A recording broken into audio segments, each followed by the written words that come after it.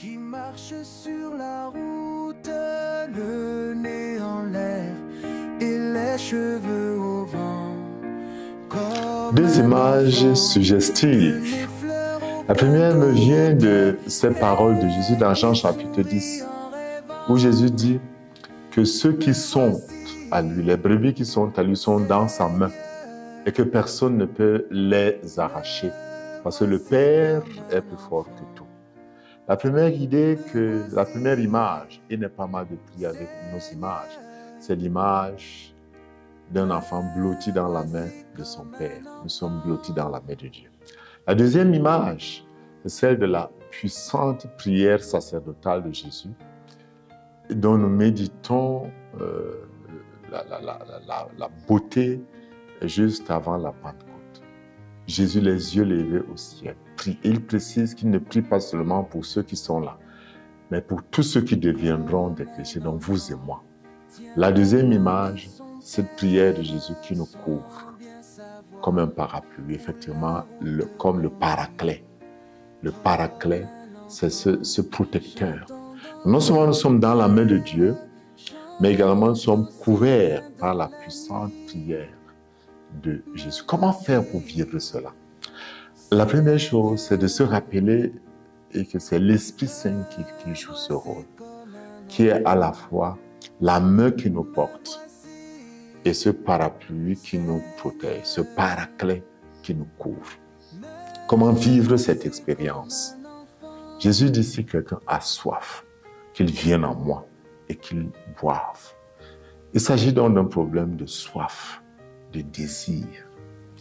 Bien évidemment, il s'agit des choses à faire, mais d'abord de soif, de désir. De désir de quoi? De Dieu lui-même, du règne de Dieu, de l'Esprit habitant en nous, du désir d'être temple de l'Esprit Saint, du désir d'être une habitation de Dieu, du désir de laisser Dieu transformer mon cœur entièrement. Les psaumes peuvent nous y aider.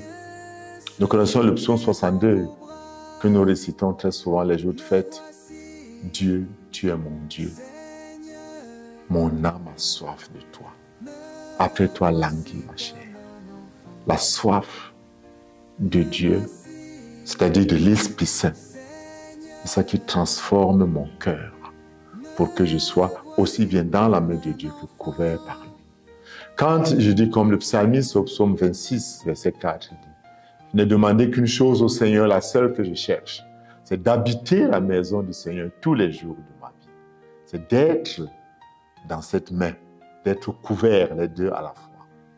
Mais qu'est-ce que ça signifie habiter la maison du Seigneur? Pas du tout aller rester dans une église, mais que mon cœur devienne la maison du Seigneur dans laquelle j'entre et j'habite quand je veux prier, quand je veux entrer en relation avec mon Dieu. Si je désire ardemment, si j'ai soif, si l'unique chose que je demande vraiment au Seigneur, c'est être en lui, alors l'Esprit enlève la cendre qu'il y a dans mon âme et le feu commencera à brûler. Et plus que jamais, je serai dans la main du Père, je serai couvert par le paraclet. Bien évidemment, pour maintenir cette flamme, il faut l'assiduité à la prière, il faut une fréquentation assidue des sacrements, notamment de l'Eucharistie et de la confession. Bien évidemment, pour maintenir cette flamme, il faut lire régulièrement la Bible, la méditer, en se rappelant que Jésus dit, si quelqu'un m'aime, il gardera ma parole. Et bien évidemment, il faut aimer son prochain, car je n'exclus personne de cette maison de Dieu. Mais le commencement, le début de tout, c'est la soif. Ne l'oubliez jamais, si quelqu'un a soif.